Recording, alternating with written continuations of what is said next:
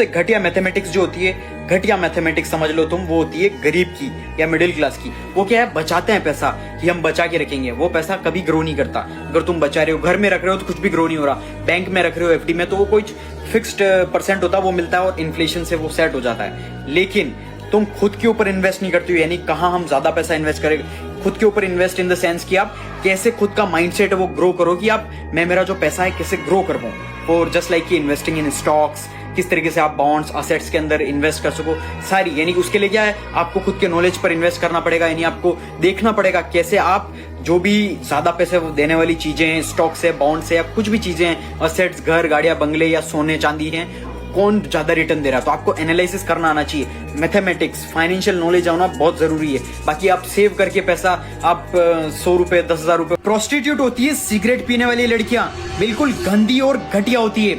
ऐसा मैं नहीं कह रहा हूं, ऐसा अमेरिकन सोसाइटी मानती थी 90s में।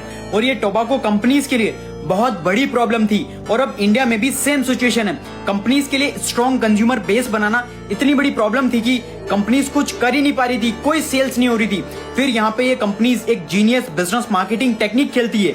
तो सिगरेट कंपनी के ओनर ने बहुत सारी सुंदर सुंदर लड़कियां और गॉर्जियस मॉडल्स एंड एक्ट्रेस को हायर किया और उन्हें एक जॉब दी गई, स्मोक इन पब्लिक कंफर्टेबली।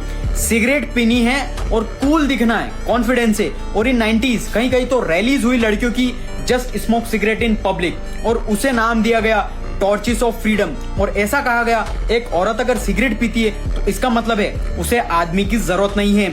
क्या सही है क्या गलत, वो औरत इमोरल नहीं, इम्पावर्ड का नाम दे दिया। एंड बूम, रातों रात sales skyrocket and profit ही प्रॉफिट कंपनीज का।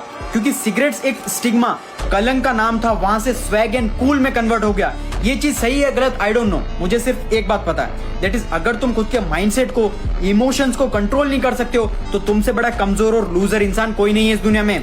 क्योंकि लड़कियां या लड़के सिगरेट या ड्रिंक करते हैं जस्ट फॉर यूफोरिया, कोई प्रॉब्लम हो या डिप्रेशन हो या ओवर थिंकिंग को अवॉइड करने के लिए, फेक या कुछ तो अनभक्त हैं, फेवरेट सेलिब्रिटीज को देखकर कुछ भी स्टार्ट कर देंगे।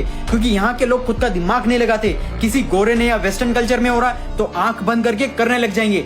एक चीज समझो, everything that you see around, जो तुम्हें सही लग रहा है वो जरूरी नहीं है सही है। वो हो सकता है एक बहुत well prepared genius business marketing technique है तुम्हें बर्बाद करने की और कंज्यूमर के लूप में फंसाने की।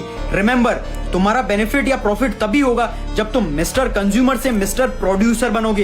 कैसे बनोगे? मुझे फॉलो करके, क्योंकि mindset is everything. Don't destroy your health because health is everything. The ability to think creatively is next super power.